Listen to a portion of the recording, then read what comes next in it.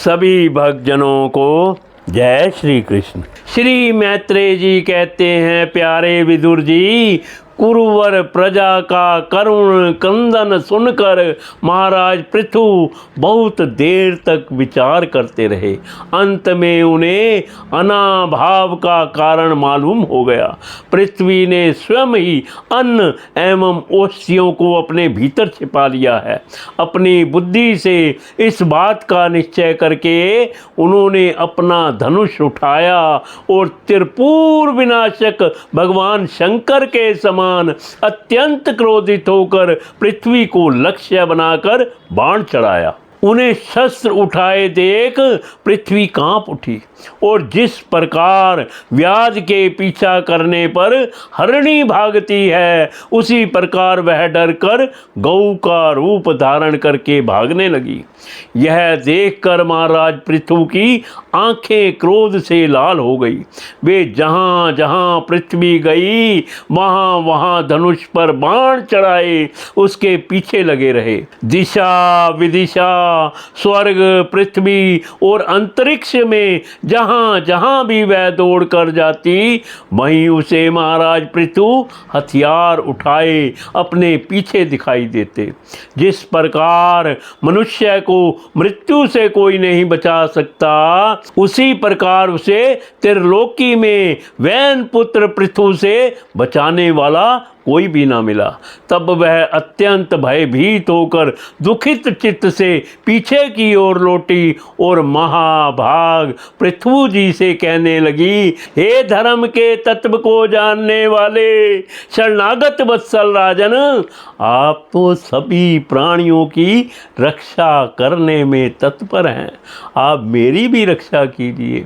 मैं अत्यंत दीन और निरपराध हूँ। आप मुझे क्यों मारना चाहते हैं?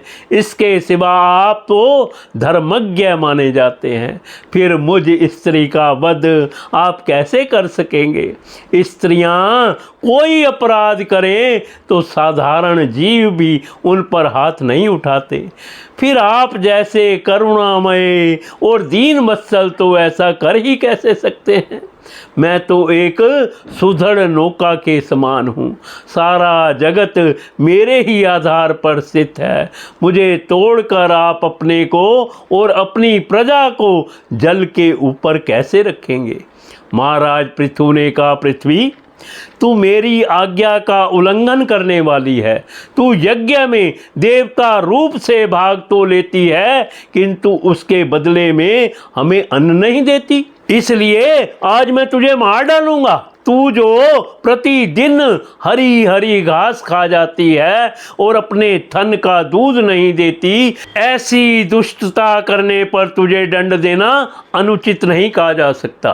तू ना समझ है, तूने पूर्व काल में ब्रह्मा जी के उत्पन्न किए हुए अन्नादि के बीजों को अपने में लीन कर लिया है और अब मेरी भी परवाह ना करके उन्हें अपने गर्भ से निकालती नहीं।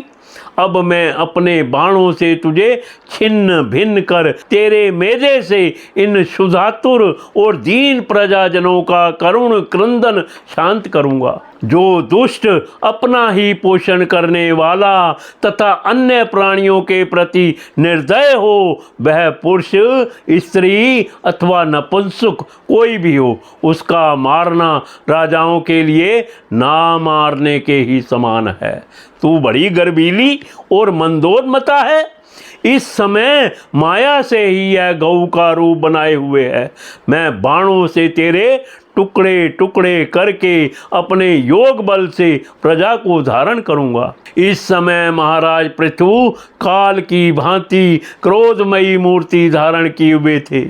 उनके ये शब्द सुनकर धरती कांपने लगी और उसने अत्यंत विनीत भाव से हाथ जोड़कर कहा, पृथ्वी ने कहा, आप साक्षात परम पुरुष हैं तथा अपनी माया से अनेक प्रकार के शरीर धारण कर गुणमय जान पड़ते हैं। वास्तव में आत्मानुभव के द्वारा आप अधिभूत अध्यात्म और अधिदेव संबंधी अभिमान और उससे उत्पन्न हुए राग राग द्वेष आदि से सर्वथा रहित हैं। मैं आपको बार बार नमस्कार करती हूँ।